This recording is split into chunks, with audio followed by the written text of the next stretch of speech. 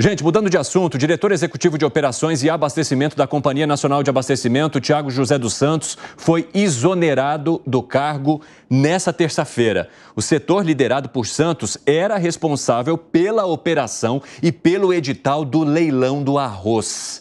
Vamos conversar então com o Bruno Pinheiro? Bruno, você está com ele, vai trazer as informações para a gente agora. Por favor, seja muito bem-vindo, meu amigo.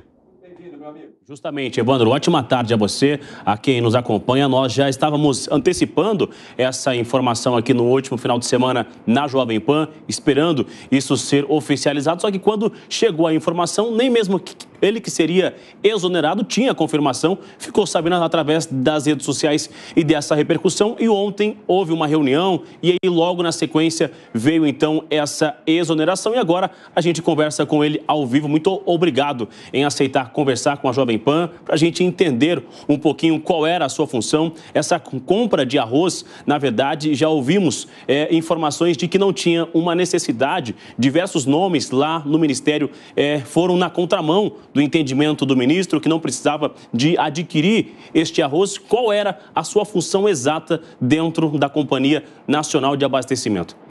Boa tarde, Bruno. Boa tarde, Evandro. Boa tarde, espectadores que nos assistem aí. Boa tarde, Jovem Pan News. Então, ontem também fomos pegos de surpresa. Já estava repercutindo na imprensa sobre essa possível exoneração e ontem nós fomos pegos de surpresa, deixando o cargo, logicamente, né, que foi uma decisão do governo. E eu recebi muito em paz essa decisão. Quanto à minha função na Conab ou minha função neste leilão do arroz? Antes e agora exatamente na compra do arroz. Claro, a minha diretoria ela é responsável pela parte de operacionalização das políticas públicas, né, e da parte de abastecimento. Então, a parte de armazenagem do governo federal, a parte dos estoques públicos, a parte de logística, transporte dos estoques públicos, a operacionalização das compras públicas através dos leilões públicos, como cestas básicas, como o arroz que seria, ou qualquer outro produto que o governo queira comprar através de leilão. A parte de abastecimento social, de levar o produto ali, principalmente no Nordeste, que teve déficit de produção aí o ano passado, aquela seca. Então, a gente era responsável por toda essa atividade dentro da Conab, né?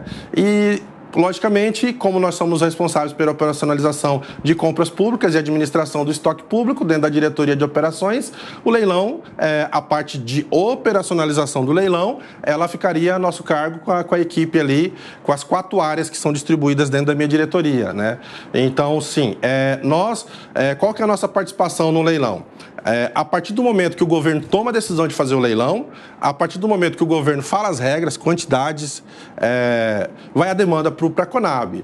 E a Conab, então, ela passa para o departamento aí de oferta e de preços, faz a consulta de preços e encaminha para a nossa diretoria, a qual elabora o edital, juntamente com a equipe de fiscalização, de qualidade, que regras que precisam ter nesse edital, para que esse produto chegue de qualidade na ponta, né? Neste caso do arroz, nem o preço passou pela Conab. Então, já veio determinação aí do governo que o preço começasse em R$25, que fosse 5 quilos, que fosse 90 dias, antes era 30 e depois que era 90 dias, e nós apenas transcrevemos isso no aviso, né? E publicamos para fazer essa compra. As outras regras que fazem parte do edital, nós já fazemos editais aí desde 2013 com essas mesmas regras. Fizemos mais de 400 leilões e sempre com muito êxito. Quando não tem êxito, penalidade para cima do fornecedor ou do prestador de serviço que possa vir a prestar um frete para a Conab através do leilão ou não. É uma história ainda com várias perguntas que não foram respondidas. Eu aproveito e convido na conversa Evandro Cini para a gente tentar entender um pouco mais sobre essa exoneração e sobre esse leilão do arroz também. Evandro. Muito obrigado, Bruno. Já te agradeço também por trazer aqui o ex-diretor da Conab para a gente esclarecer essa situação. Tiago, seja muito bem-vindo. Obrigado por nos atender assim tão rapidamente. Quero saber de você, eu tenho 2 perguntas. Primeiro, você era a pessoa responsável por detectar, por exemplo, inconsistências nas empresas que participaram desse leilão e que geraram tamanha repercussão na imprensa depois? Não era responsável. Como nós vimos aí, foi repercutido na imprensa, as bolsas de mercadorias, elas cadastram essas empresas, elas verificam as suas regularidades fiscais, documentais, judiciais também e participam do leilão. Então, nós não conferimos as empresas. Nós sabemos quais as bolsas estão participando do leilão naquele momento do leilão. E as empresas nós ficamos sabendo após. E aí, logicamente, que a nossa equipe ela vai fazer a conferência de toda a documentação e também, que é o principal, a garantia, né? Que todos os leilões que a Conab faz, ela cobra a garantia de 5%. Porque se a empresa ela não cumprir todos os requisitos, inclusive a garantia, que é um requisito, ela é penalizada com uma multa de 10%. Se ela pagar essa garantia e não cumprir a entrega ou entregar de uma forma que não possa ser recebido pela empresa, também ela paga esses 10% e perde a garantia que ela aplicou. Então, após o leilão, que nós ficamos sabendo qual é a empresa, e nós vamos fazer, logicamente, o confere aí da documentação e da garantia que a empresa ela possa aplicar. Neste caso, o leilão não foi finalizado, porque o leilão só finalizaria no dia 13, que eram os 5 dias úteis que as empresas tinham para poder apresentar essa garantia. A partir disso, eu te pergunto também, por que você acha que foi exonerado, então? Por causa da minha ligação com o ex-secretário Nery Geller. Somente por isso? Somente por isso. Somente por isso. Quer dizer, eles não avaliaram, então, a sua capacidade ao permanecer nesse cargo, mas sim a ligação que você tinha com o secretário que também foi exonerado. Essa é a minha opinião. Evandro, rapidinho, se me permite, é importante entender que o Thiago, em outro momento, teve uma atuação ao lado de Geller como assessor. Era isso, então, Thiago? Isso, eu fui assessor do Nery durante 3 anos e 7 meses, mais ou menos, durante o mandato dele de deputado federal. Então, logicamente, por causa dessa ligação com o Nery, eu acredito, isso é uma opinião minha, pessoal, tá? Que foi por causa disso. Bom, Fábio Piperno tem uma pergunta para você também. Tiago, vai lá, Piperno. Tiago, boa tarde. Então, o país ficou sabendo, até de forma perplexa, que até uma empresa que vende, fabrica sorvetes, acabou, então, sendo uma das vencedoras desse leilão do arroz. Então, eu queria saber de você o seguinte, uma empresa como essa, ela se torna credenciada a participar desse leilão por intermédio de uma bolsa de mercadorias e se ela é desqualificada pela atuação fiscalizadora da Conab. É isso? Vamos lá. No aviso que a gente publica é um aviso de leilão, tá? E não um edital. No aviso constavam as regras para a participação das empresas. A Conab ela não estava importando de forma direta este produto.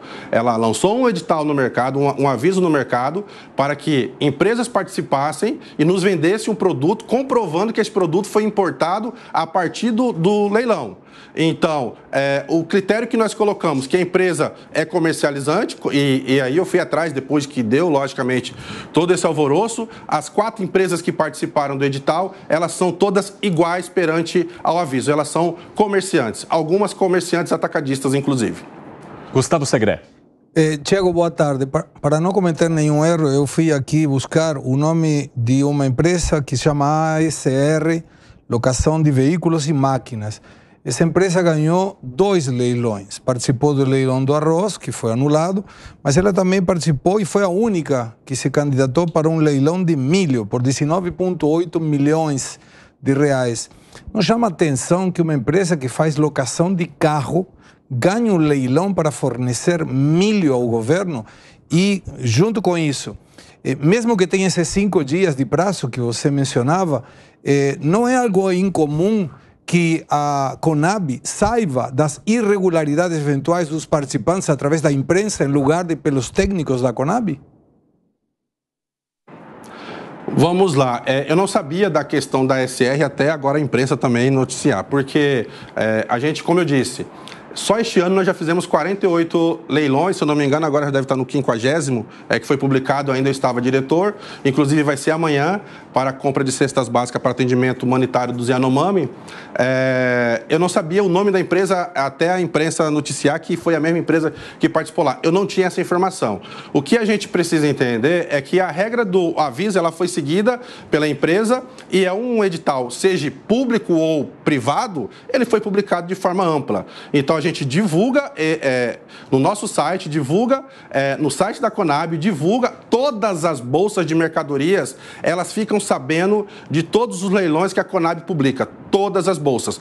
Tanto que, neste caso do leilão do arroz, eu estava numa sala de reuniões da Conab, eu não estava na sala que estava sendo executado o leilão, acompanhado por demais colegas, e falei, olha, tem 6 bolsas participando, provavelmente teremos uma boa disputa. Só 2 bolsas deram lances. Então, para mim foi uma surpresa, também que foi a mesma empresa que participou lá. Eu fiquei sabendo que era a mesma empresa, até porque veio parar na imprensa. Mas, para mim, o que conta é o que está na regra do aviso. Como eu disse, a Conab ela tem regras que precisam ser seguidas e penalizadas se elas não forem seguidas. Se no edital estava previsto que ela poderia ser comercializante de atacadista ou cerealista ou varejista, e ela tem na sua secundária como KNAI secundário, ela pode sim participar do edital.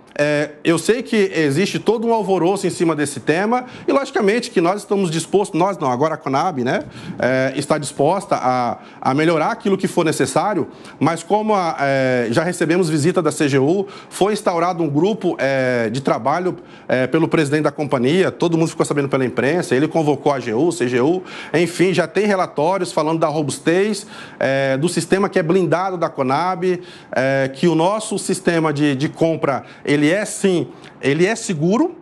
seguro porque ele não traz prejuízo para o governo.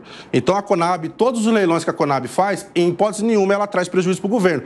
Tanto que, logo quando eu assumi a diretoria em março do ano passado, estava em tramitação processos de empresas que participaram de leilão de entrega de milho no ano de 2022 e não entregaram e pagaram multas de mais de 30 milhões.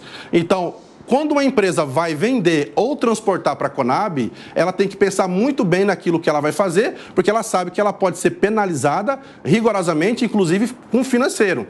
E durante, porque as pessoas só falam daquilo que aconteceu agora. Mas essa semana, antes de eu sair, eu apliquei multa em 3, 4 empresas que participaram de leilões de transporte e não cumpriram o fluxo que estava previsto no aviso. Então, assim, o que importa para nós é que esse produto chegue, o que importa para nós é que esse serviço chegue, e se não chegar, a Conab tem técnicos fiscais, técnicos de qualidade, técnicos classificadores que iam conferir esse produto. E os técnicos da Conab, a gente gosta muito de falar bem, porque eles cumprem um papel melhor do que o mercado privado. A nossa margem de perca, a margem da Conab, que agora não faço mais parte da equipe, né? A margem de perca dos grãos que são armazenados em nossos armazéns é muito abaixo do que é praticado no mercado privado. Então, nós teríamos técnicos de qualidade, uma fiscalização de qualidade que estaria acompanhando esse produto a partir do momento que fosse embarcado na sua origem, seja ele em qual país viesse esse produto. Então, nós não receberíamos um produto. Não é que a Conab ia receber um produto malemar ou capenga, ou sei lá qual que é a palavra que queiram usar. A Conab ou receberia ou não receberia. E a empresa só receberia 10 a 20 dias após esse produto, se tivesse 100% qualidade atestada pelos nossos técnicos de qualidade, classificadores dentro do armazém. Então, eu não tenho sombra de dúvida que, caso fosse para frente esse leilão e as empresas que apresentassem a garantia e conseguissem entregar, esse produto só ia chegar graças a um corpo técnico de excelência que tem na Conab, um produto de qualidade na mesa da população brasileira. Bom, para quem nos acompanha pela rádio, nós estamos conversando com o Thiago dos Santos, ele é ex-diretor executivo da Conab, né? Foi exonerado nessa terça-feira, depois de toda aquela polêmica envolvendo o leilão do arroz. Thiago, o Alan Gani, nosso comentarista, também tem uma pergunta para você. Vai lá, Gani. Thiago, boa tarde. Por falar em mercado privado, havia interesse dos produtores em suprir a demanda de arroz, 80%, né? Eles teriam essa capacidade e, mesmo assim, eles poderiam importar buscando seus interesses de lucro. Por outro lado, você tem os consumidores querendo esse arroz, você tem as leis de mercado, de oferta e procura e o mecanismo de preço. Por que o governo tem que interferir nessa história por meio de um leilão, podendo gerar distorções de preço, ineficiência, irregularidades, supostas fraudes? Vamos lá, a minha diretoria é uma diretoria de operações e abastecimento. Como eu disse, eu entraria muito em atividade a partir do momento do edital, né? Logicamente que eu participei aí de uma reunião ou outra anterior à elaboração deste aviso. Sim, poderia ter participado, tanto que tinham empresas até 3 dias antes da divulgação do preço ali, mais ou menos, que a gente divulgou o preço 2 dias úteis antes do leilão, que é o que está no normativo da Conab, tinham empresas credenciadas e cadastradas e prontas para poder dar lance. E a partir do momento que nós divulgamos o preço, que foi um tanto ajustado e apertado, essas empresas recuaram. Né? Empresas do Sul, empresas que produzem, beneficiam no Brasil e beneficiam fora. Elas poderiam sim ter participado também desse leilão. Não participaram, desinteresse financeiro, aí é um mérito para o governo, né? Logicamente, porque queria começar pagando mais barato num produto para chegar mais barato ainda na mesa da população. Por que eles não participaram? Eu não sei responder. Teria que aí fazer uma investigação lá no Sul, por que essas empresas não participaram. Seria por causa da polêmica que ficou em torno desse leilão? Os produtores envolvendo, essas empresas seriam boicotadas caso participassem do leilão? Não sei. Então aí teria que ir buscar essas informações. Quanto à questão da necessidade de fazer intervenção ou não, nós fazemos intervenção, nós, o governo, faz a intervenção com o intuito de apoiar o comércio. Quando é para apoiar o comércio. Por exemplo, vamos falar da região sul, que onde estão os maiores produtores de arroz aí do nosso país. O ano passado o governo fez uma intervenção. Enquanto o preço de mercado do trigo lá em algumas regiões chegou a R$ 48,50, o governo entrou com subvenção de mais de R$ 30 de apoio à comercialização em mais de 500 mil toneladas de comercialização. Por que não fazer uma intervenção para que nós tenhamos um preço mais justo na prateleira do supermercado? Não estou falando um preço barato demais, um preço justo. Então, a intenção do governo era que tivesse um preço justo e não intervir no mercado.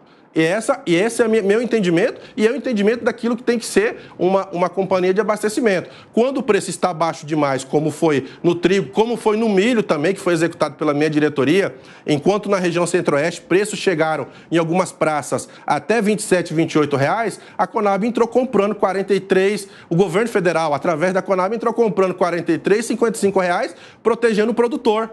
E esse mesmo milho que nós estávamos vendendo agora no Nordeste, enquanto no varejo estava a média de R$ 100, R$ 110, o governo estava vendendo R$ 65, R$ 70, não tão baixo também para não prejudicar os produtores que estão naquela região. Porque se nós queremos incentivar a produção em alguma região, nós também não podemos vender mais baixo do que está sendo praticado naquela região. Então, a intervenção é no intuito de apoiar. E neste momento agora, nós estamos pensando no abastecimento, na ponta.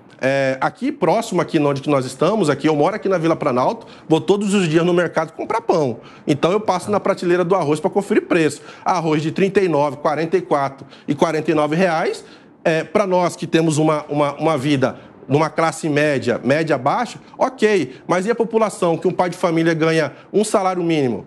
Será que ele tem condições de colocar 3, 4 pacotes de arroz de R$ 40 dentro de casa? Então, nós, sim, entramos com essa intervenção, mas eu digo que é mais um apoio. E para equilibrar, eu tenho certeza que o governo, caso esse produto caia abaixo do preço, que é o preço mínimo determinado pelo governo federal, pelos técnicos da Conab, de demanda e oferta, o governo vai fazer a intervenção também apoiando de alguma forma, ou comercializando, ou adquirindo esse produto para poder colocar no mercado num outro momento.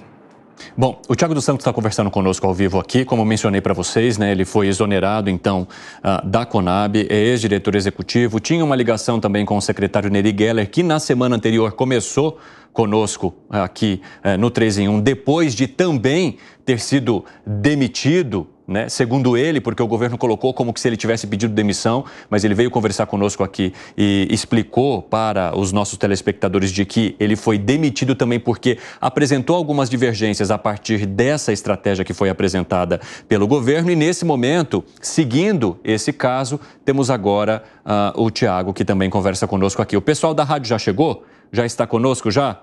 Bom, então eu vou abrir um espaço aqui para o Zé Maria Trindade fazer uma pergunta. Ô Zé, eu só vou precisar te interromper em algum momento só para dar as boas-vindas ao pessoal da rádio aí que vai se unir a todos nós, para que eles possam também entender de que maneira que a gente está conduzindo essa entrevista aqui, ficar todo mundo alinhado nas plataformas. Vai lá, Zé. Vai lá, Zé. Você pode tudo aqui, Evandro. Pode interromper a hora que você quiser.